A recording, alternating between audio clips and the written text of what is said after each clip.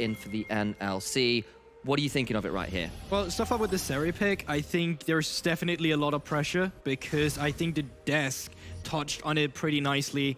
Lockdown messes with Seri, and you have a Aphelios that got Gravitum available. You have the Twisted Fate in the mid lane with a stun card. You have the Thresh that, granted, will have a hard time landing hooks onto Kevo, but once one CZ has come down, you can pile it on top of her, which is why I like the fact that they've gone cleanse on Kevo and then doubled down on defensive summoner spells on the Yuumi instead, so they skipped out on the Ignite, because they just need to survive this bot lane. You can clearly see on the Vanir composition that their point of attack is up towards the top lane. Now, granted, traditionally against TF, that's difficult, but I think Aero is going to be spending most of his destinies engaged down towards the bottom side and not so much up towards the top side, unless the bot lane has just taken so much over with Asator and Abagnale that they just don't need the Twisted Fate. But I want to take it back to what you said about the Finnish AD carries there. Yeah. This is like two of the best Finnish AD carries that pretty much exist here, and Kevo and Asator have been in our league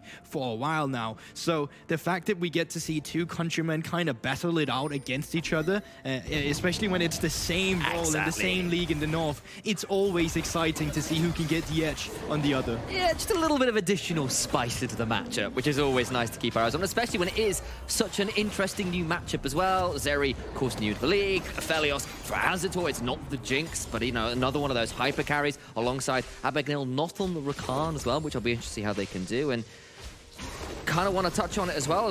Like, for Vanir, they are normally one of our better early game teams.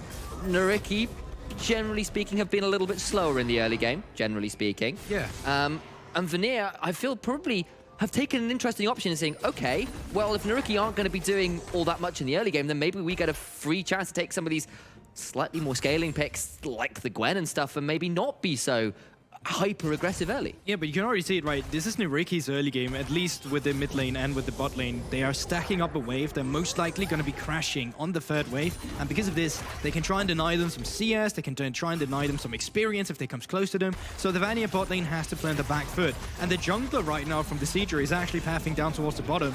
If he skipped the camp, went red and tried to set up for a dive here, that could be a dire situation. But timing's just not going to be there. What it in turn does allow for the NYYRIKKI bot lane is that they can go for a cheater recall. You can send Abagnale out on the map, and that's exactly what they're doing right now. It seems like they're both opting in for that recall instead, because look at the wave right now under the turret. Yeah. There's nothing that the enemy bot lane can do with Kevo. He's going to be forced to stay around, try and crash it, because the wave is just so big that it's going to be stacked up on the tower, and it's going to automatically slow push down towards Asator. Free recall gets an early executioner's calling. That's what that longsword turns into once that anti-heal straight away. Hold up, the Seadra not spotted on a ward, and they might think he's on the bot side because the Gwen is currently taking the scuttle. So a flash forward from Aero could seal the deal here, but no. They're going to walk back to Noodle.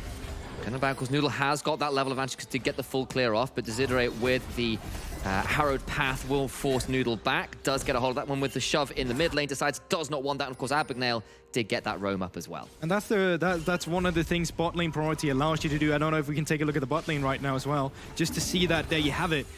Because they pushed in that wave, it's now stacking up. When a wave is stacking up like this, it allows the Thresh to roam around. And now when it's finally crashing, he's going to have perfect timing right now on this roam, and he's just going to be down here. So, great timing. Pretty good early game from the side of NYYRIKKI. It didn't give them anything in turn, but I like the way that they're showcasing these ways you play competitive League, just as a little highlight. Absolutely, and you know, for a team that we've said maybe their laning phase hasn't been as consistent as we'd like, that's good news for NYYRIKKI here, who are doing pretty well with the lane assignments they've been given. And of course, it's a Predator Thresh who gets on that early recall, gets the boot straight away as the first back, and Asator already Abagnale rather, trying to make the most of that early on with that roam and that comeback when that wave crashed in the bot side. So yeah, well timed. Abagnale used a lot of his HP bar there to try and freeze the turret. Unsuccessful in that matter, and taking non-extended trades with a lane that has a Yuumi, it's just not favorable. So a little bit risky there from the bot lane of Abagnale, but so that does give Kevo and Quickset some more room to play around with, and they should have a jungler shadowing them as well. Nicely timed rupture there, but of course with the adaptive shielding, Nile doesn't take very much damage there at all. Yeah. And Kevo and Quickset will now take the opportunity to back themselves. Blind hook? No. What about it? Something that could have been very nice. Now, Petoska He could take a lot of damage. There's an ignite. I think that's just a dead Cho'Gath, or maybe not quite because he's got the pot. One final auto would have done it. Patoshka does get out and actually gets a summoner for that. Yeah, okay, so Nilla not in position where he could actually capitalize on that. I don't think he had enough mana for the W either there for those tactical sweep. And because of that, the Cho'Gath does get to live. Now, interesting buy from Patoshka. He's actually opting in for a Dark Seal and an Amplifying Tome. So his way of responding to the aggression of Nilla is with his own point of attack, just stacking up with a Tear of the Goddess and an Amplifying Tome. So he traded that Dark Seal. You could see the debate there. It's very He started with double Amplifying Tome, then the Dark Seal, and now he finally went with the Tear of the Goddess instead. Now, level 6 will be an important point, though. Aero is just about to hit it after these 3 minion waves, or minions, I do believe. And where he will find his first point of attack is going to be interesting, because if the bot lane gets too far overextended, you can try and look and collapse on them. Or you could try and Predator forward with Abagnale here. Zidore is off from that top side as well. They're coming in from 3 different directions, and Zahira is going to have to be very afraid. There's the Predator pop, there's the Lantern as well to bring people forward. Flash, Flay into the stun, into that flash. Hand, Spectral, more. Easy kill, first blood to Zidore. Yeah, brilliant chain of CC there. Flash forward with it, or just walk forward with the gold card, setting up the hook. There's nothing you can do in that exchange. And Zahira probably wish he had cleansed in that situation. Yeah. Let's have a look at it again, because it's actually as easy as you love it. It's just a Predator getting popped, flashes forward. You could have argued Zahira should have just preemptively flashed as soon as he sees the Predator, because I think every support main, at least I know when I'm watching Thresh, walking forward like that, is that he has a tendency of wanting to flash forward now. Indeed he does. Flash Flay secures it pretty well, and for a mid-jungle that has often been a little quiet for NYYRIKKI, really good to see this kind of proactivity, this kind of pressure, especially when you are running the TF and want to get that out on the map. Great stuff from NYYRIKKI in this early game, who have got themselves a 600 or so gold lead off how this has played out in these early minutes. Yeah, and that's an interesting talking point you're bringing up there as well, because as you said yourself, I feel like from NYYRIKKI, the mid and jungle, at least the synergy they bring, has been a weaker side of NYYRIKKI, but now when you have a Twisted Fate and when you have a Viego to play for, this is a composition, at least from the duo here, where you have to play around each other. You have to play for aggressive vision in the enemy jungle and skirmishing where you can move before the enemy mid laner. So it's going to be interesting to see if they can fix some of the issues that we've seen in the past. So far, you can see they're actually hovering around each other quite a bit. And that's a good thing to see, especially from a team like NYYRIKKI that has continuously kept growing since week 1 as a team. Noodle, though, has been farming away on this Gwen. Got that level 6 before Zidore. Takes a bit of a chunk there, but of course, as Gwen with the smite and all the healing she brings via her passive isn't too worried, secures her own Raptor camp. And Zidore hopefully looking for this level 6, I believe, off this Scuttle Crab. Yeah, should get it there. Another crucial thing we have missed as well is the first Drake did go over to Vanir. Of course, yes. Which is quite, I wouldn't say lucky, but it's quite convenient considering you barely have bot lane priority once Thresh is back in lane. So it's super nice. You can buy yourself 5 extra minutes, because the late game is what you're relying on here from the side of Vanir. You completely outscale on side with Nilla on the Camille. The only thing that stops this is the Twisted Fate, but let's try and look at it a bit isolated for the sake of talking good about some of the solo lanes here. And then as well as Zahira on the Victor, the ability to create ground from champions that want to walk forward into you.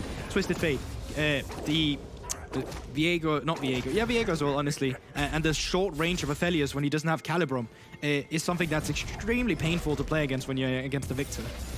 Really, really is, and they do manage to pick up the Herald as well. That's kind of part of what they trade out for the Dragon, feeling really happy about that. And when you've got things like the Aphelios with Crescendum, you turn that right with the TF turning up, you can absolutely look for every single play on a tower if you play it properly. But so far, we've hit level 8 on the Twisted Fate, and we haven't actually seen a Destiny Gate. So they haven't been too proactive with it, which is a bit interesting, because in turn now, you could have just used it proactively and still had it off cooldown. This is obviously still in theory, right? But it could have been back up to still commit plays now. So they're being very passive with this one, not really getting too much, and playing it slow is something that hugely benefits Vanir. Gonna get that stun card and gets to walk away. Hasn't burned any of his summoners spells. Nero does get to walk away with that one. Rapid lock into the gold card prevents Noodle from securing anything there. Okay, but let's try and look at the movement now, because bot lane's getting priority from the side of NYYRIKKI, and it looks like they want to set up for a little Scuttle skirmish. Yeah, you can see they're still on the aggression here. Just hunting around there, and now that they've managed to force the mid laner back, now they can start roaming into this blue side jungle. Now they can think about using that Destiny Gate, perhaps. And you can see those assist me pings definitely turning up towards that bot lane. Remember the Herald's in inventory, remember they've got that gate. Definitely looking for something here. Trying to look for the side of Noodle here, but they are able to steal away some of his camps now. They could have looked bot lane there, but they would have most likely just blown Sahira's TP, and that would have been it. So they're opting in for plates in the mid lane instead, and as you said yourself, the Herald is up and available, so if you can cut them off guard, hold them down towards the bot side, yes, exactly. You can equalize the Herald here in the mid lane, and you can try and take care of the first turret by yourself. Who needs to get TF out of his lane when you can just go to his and get him ahead that way, as the old shock laser did come out there from Kevo on that Zeri, looking to get something down. They get the Herald charge, and the Chaos Storm comes out in trade. Tower doesn't quite fall, but that is inches away from it. I mean, it might as well have been falling, right? So right now, you're not too sad about it. You know, you just probably need 2 or 3 waves, and then you're able to set up the same place. Nilla now is quite low on the turret. Yes, indeed, that Rupture coming up around the turret there to try and catch out the Camille stepping around it. No room to hook shot there. Another one does go wide. It is the Rupture Max, interestingly, from this Cho'Gath, looking to poke and interrupt the hook shots where they can. Oh, 3 for 3 there, misses completely. So Petoska most likely just going to push in this wave, try and set up a little cheater recall for himself, try and force out a potential TP from Nilla. No, Nilla decides to stay around Raid for that cooldown, which can be dangerous because Aero does still have TP on the Twisted Fate. I'm actually not sure why they haven't put the Twisted Fate off here yet. Just not decided that. In fact, maybe just waiting around on this dragon that's spawning in 30 seconds will be a Hex Tech Drake, and still got that, of course, sorry, still got the health wealth. They used it on the mid lane. Blind I am, apparently, but they've still looking maybe to continue using the pressure they've had in lane there, I guess, but it isn't the usual choice, I grant you. This is still super good for you because you can apply pressure in the mid lane, open it up deeper just before Drake spawns here as well. You can push in topside now, so Nilla, you can see, yep, just TP's topside. And with this, they should just be forced to forfeit to Drake because now Petoska has a TP advantage. He's just going to be recalling. So their first Drake for NYYRIKKI should just go to them now. They should be able to start it. And yes, that's just the difficulties when you don't have mid lane priority, we don't have bot side priority, and when Nilla has just been pushed in and is forced to TP back up to try and get some resources for himself. And I do need to see, can't quite get it. Does get out of that gravity field there. That got a little bit dicey. You got 2 minutes to take it. No need to be as desperate for it. That was, I grant you, perhaps a touch over-eager as Desideret does turn up towards this bot lane to see whether there is something to be gained there, but it's just a look in as Aero being chased a little bit by Sahira. They should just wait for cannon waves to collapse here, push in the bot side and then move up towards the mid lane. Noodle has found the Desideret. Might look for this one, does actually force out the ultimate. Heartbreaker is going to force the flash as well. Summoner and ultimate burn from the Viego. And that's the thing about a composition with a very limited amount of engage, especially with Yuumi here combined with the Gwen. Now, it's great for skirmishing when you're fighting in the enemy jungle trying to lock them down, but when it's an open area where Thresh has the ability to Dark Passage and make sure that you're just able to get out of there with no immediate CCs to come through, it's very difficult to find pickups like this. It has to be around objectives or camps that you're fighting for it to really work here. And of course, this is Noodle, right? Noodle on a Gwen, not a Xin Zhao, not something high progressive. This is the guy for the longest time in the NLC. He had 100% first blood rate. He was at 75% at the start of today and has been a little bit quiet. Of course, is on a more farming option, and there hasn't been that much action as yet in this mid lane tower. Still standing, couldn't quite secure it even yet. Turret blading about to fall, and they won't, by the looks of it, be able to secure that. And Sahira at this point, with the lost chapter and with enough levels, does have the wave clear to stymie the pushes that NYYRIKKI were throwing there. Now have a look at this. Sahira is forced to recall, and you can see the bot lane moved off from the side of NYYRIKKI just to get some vision around the Gwen here. Once Twisted Fate gets out on the map, as he just now with a teleport, they can look for Destiny Gate and look for skirmish around this red buff. Oh, big Spectral Maw does force Noodle to back away. Of course, does have Quickstep on top to keep himself alive as Nile does hop in, but gets knocked up for the temerity of doing so. Mid lane Desideret just trying to dance around those piling projectiles. This mid lane tower is so low. One final auto will do it. There's the lantern out, and they don't quite get the final turret plate, but they do secure first tower in mid. Yes, he missed the 160, but still getting the first goal of getting the first tower is super nice. And especially when it's the mid lane turret, when you have a Twisted Fate, pushing in the mid lane and then roaming out towards your side lane should allow you to take care of the rest of them. And your other laners have been so good at actually taking down these outer turrets in terms of a little bit of HP. Now Kevo looks for Acetor. Just come over the wall with that Spark Surge, throwing out that Ultra Shock Laser, but he's straight into Severum Crescendo. You do not want to be close range with an Aphelios with those weapon choices. How is Kevo 2 levels down? What has happened here? This has been an isolated lane. Well, I'm baffled about this. I knew they had a good wave management from the side of NYYRIKKI, but the fact that Kevo is only level 8 on the Seri without being... I mean, that is... Is that just duo XP? Because Abagnale was roaming a bit more? See, that was the first thing I was thinking as well. But then the fact that Asator is still up in CS is then really impressive as well. So Asator definitely winning the Finnish battle right now in terms of these two AD carries. Still, much of the game you have to play, so laning isn't everything. And of course, you can still see how this one plays as they get onto the giant Void Dinosaur on the top side. Patoshka kind of gives it up there. Kill over to Nile, and that is a needed pickup for Vanir, who were falling pretty steadily behind as this game has been going. Yeah, great pickup from Vanir, great punish from Nile and Noodle, because quite honestly, a little bit of an in-recall there from the side of Patoshka. Yeah, I mean, he's just recalling right outside of the turret in vision, when Nile is just able to dash on and misses the rupture as well. And I mean, all of his teammates are on reset timers right now, so just a little bit far forward there from the NYYRIKKI top laner. Yeah, he gets punished for being a little overextended. It's happened once or twice for Toshka where some of those lane decisions have been a little bit greedy, shall we say. And Dezidere have to blast Cone out, and that's actually 4 members running here on towards Dezidere. Does get the Heartbreaker over the wall, and they can't quite secure the kill. But with these resources, they're still getting bot side turret from the side of NYYRIKKI, so they're still getting stuff on the map. Now, Dezidere needs to be a bit careful. Oh, flash for that Spark Surge.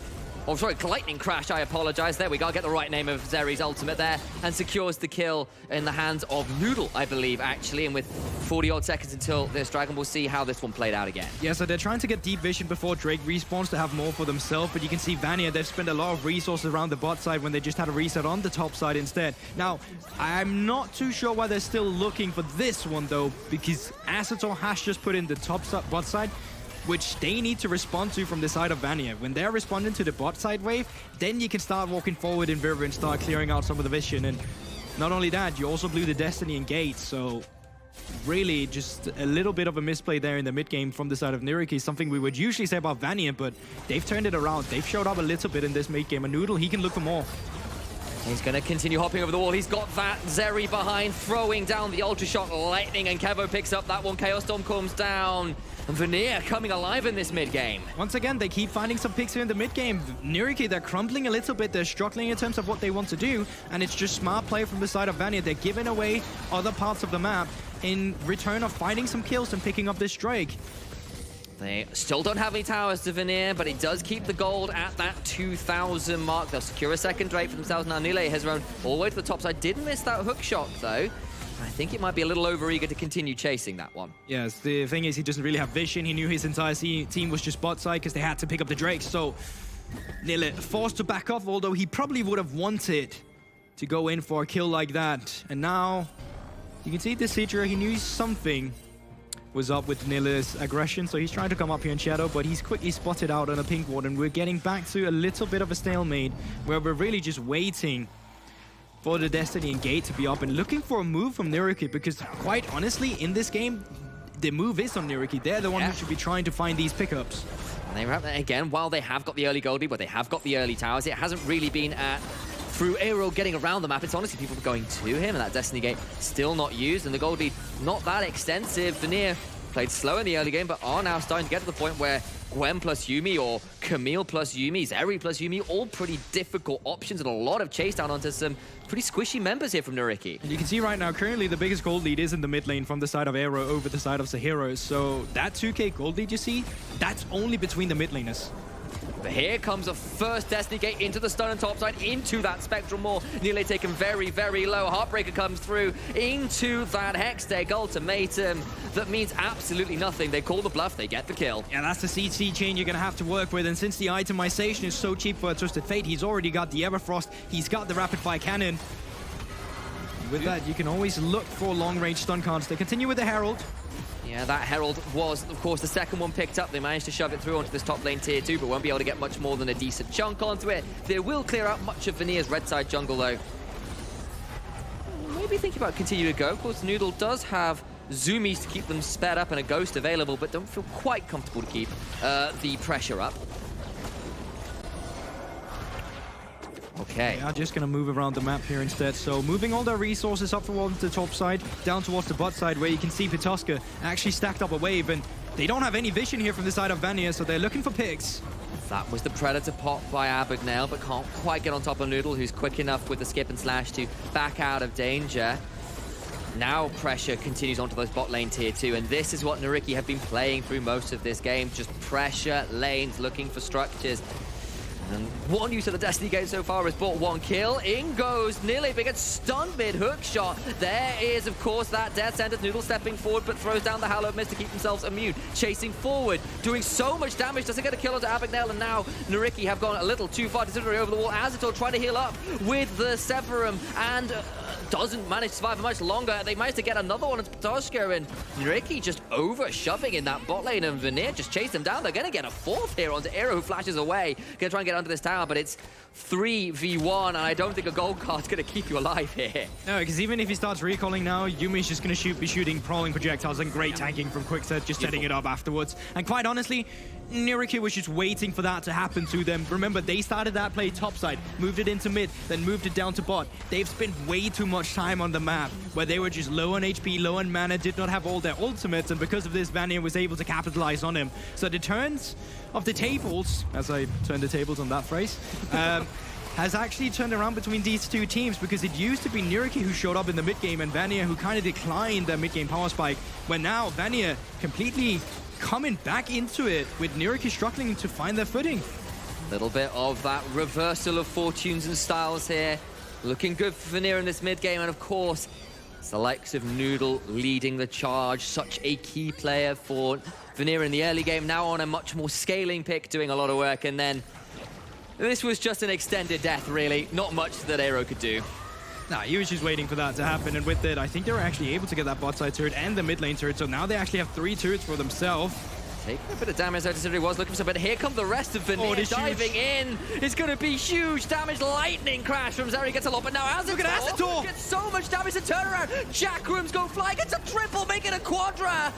He can look for the penta onto Noodle if he's really feeling it, and instead they say, screw that, we want the Baron. What the hell was that from Azatol? He completely turned that fight around. God, just this guy is so good. He's so good. We literally just said NYYRIKKI in the mid game falling apart here. It's a reversal of fortunes. Azatol just slaps down the Aphelios card and says, are you sure? And that fight should have been huge from the side of Vanir. They had all of NYYRIKKI clumped up in the middle with Yumi ultimate, with Zahira's AoE damage, and Azatol just steps forward. The man hasn't even used flash or heal. It's surreal. I mean, he has a mortal reminder second. That's not something like an LDR or a high damage item. He just murders them all. Brilliant. This allows them to get back. Well, they've been in the game for a while. This allows them to now stabilize the lead a little bit. And let's take a look at it again, because pay attention to Lille. He actually finds a beautiful engage with Yumi. Kevo as well around, dashing in, and it looks like they're just going to get cleaned out here. But it's the Moonlight Vigil with all these chakrams who's just allowing him to stack them up. Normally, Moonlight Vigil with chakrams not the best ultimate to use, because it doesn't only give you that much unless you hit 5 people. That was one of those 3 weapon switches you love to see. He started with Severum Crescendum, gets the onslaught for the rapid healing and the auto attack, stacks the chakram, stacks even more with the ultimate. And then with what looks like a giant flying blender, just eviscerates Vanir. Beautiful, just absolutely beautiful. And that brings the game right back to even. NYYRIKKI in a commanding position now. They couldn't secure Baron off the end of it, which of course they're going to be a little sad about, I'm sure. But they did get another dragon. They do have 4 kills onto their Aphelios, who was their late game win condition anyway. And Azatol, this finished bot lane, that kind of additional spice we added to this game, looking pretty good right now. But it's a good momentum swing as well, because as NYYRIKKI, you just felt like you were losing grasp of the games. You kept making mistake after mistake after mistake. So finding a fight where your AD carry gets a quadra kill, it's a huge momentum and confidence boost to commit plays on the map now, which was something they struggled to do a little bit. All right, keep your eyes as well. That was an interesting pickup for Kevo as a second item. It's nothing like the Phantom Dancer or a Black Cleaver that's often been common for Xerxes. Gone straight towards Titanic Hydra, which is normally 3rd, 4th for Xerxes as I understand it right now. Interesting choice there. See whether it does pay off. So the thing is, she was hotfixed a little bit to my understanding with the 3 item. I barely see it. Hurricane obviously got Ruined taken. Hurricane, yeah, exactly. Another fun fact is that, I don't know if this is hotfixed as well, but with her Q, the 6 shots she shoots out, she's able to instantly stack Black Cleaver. But yes, enough about that, because engage in the mid lane. And can't get Lantern out because the Hextech ultimate is into place. The Moonlight Vigil comes through, but it's not going to be enough. Aero has to go golden, but he's stuck in a gravity field, and there is no way you can lift up the weight of the world there. Stuck back down to ground. And it'll be Vanir moving back towards the Baron pit with the mid jungle dead from NYYRIKKI. And you need to be careful. It's still good gun from Astator. He does have flash and heals. There's outplay potential, but it's a 3 versus 5 from NYYRIKKI. They can flash feast on Patoshka as well. They've still got that secure available. Going to do a lot of damage. Gwen's immune, but it's just dead. Nearly falls down. The Gwen needs to back out. Astator got the heal. Doesn't quite manage to get it. They're going to keep running down to the double. For Zeri, burst fire's coming out, and they're just going to chakram him down.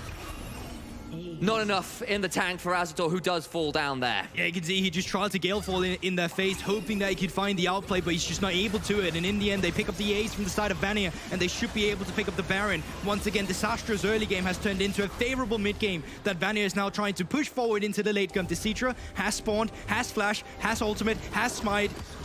And here comes Aero Wesgel, gets the gold card. It's down to 2,000. Desiderae can think about the stun, has got ultimate and flash. They get the exhaust. He's flashing in, going to try and get enough damage to secure it. So Tanky might be able to do it. It's going to be the actual 50-50. Does go down to Noodle.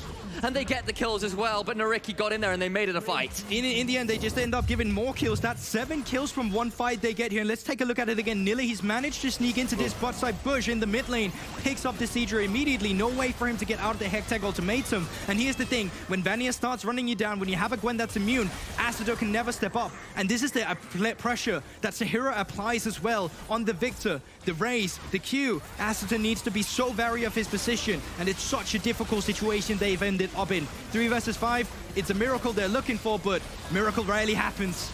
The lightning crash came out of Kevo, and suddenly he's starting firing on all cylinders. Noodle's got Gwen on, and you just can't run fast enough to keep away from them all. They said on the desk it was going to be difficult to dive into this squad. Well, it turns out we got this much healing, this much damage. There's no way to run away from them either. They get Baron. They put themselves up in a commanding position in the game. It's now 6,000 up, and what has been a pretty back and forth mid game with both teams kind of handing over leads is now firmly in the hands of Vanir now. For this Drake, let's try and talk the 2 AD carries as well now, because Kevo has actually gotten back into the game. He's now 6-1 and 8 on this Seri. And he's got a shutdown. He's equal in levels. Remember, he was 2 levels down from laning phase and almost equal in farm. So he's totally back into this game. So not only is Gwen a threat in these team fights, Kevo, once he finally gets his ult off and his E, so his bullets penetrates targets and move further, that's when he starts to become incredibly scary now that he's 3 items. Okay, they're going to continue trying to run forward there with the Shireliers, but can't quite get on to Noodle. He does have to pop that Hallowed Mist, and now has to be a little afraid, of course, because the Predators pop from Avignail, looking to use as much damage as they can. That'll be the Destiny Gate forwards, but Aero takes so much damage. It's a flash away from Sahira as the gold card comes through, but now the teleport into the backline. Unstoppable goes in nearly, but he's very deep, and all the while, Noodle destroys Cho'Gath. It'll be one back, but can they get out? No, they cannot. Desiderae not quick enough on the hook shot, and Sahira on the killing spree. Now in 4v5. Zeri so fast, so dangerous. The Ultra Shock laser comes down, Aero goes golden, but it's not going to be for long enough. The stasis not there, and it is a 4-for-1. They'll start running down the mid lane. They've got Baron on them, and I think Vanir have done it. 20-second death timers, Baron buff, cannon wave coming forward. Only Astator left to defend the base for NYYRIKKI. I think this should just be the end unless a miracle can happen for the man in the bot lane. He's going to try his best, but he's not got the best weapons, and Noodle just cuts his legs right from under him. And that's the ace. That's the game. Vanir moved to 5-4. It was a close affair until it wasn't. You gotta compliment Mania for their mid game.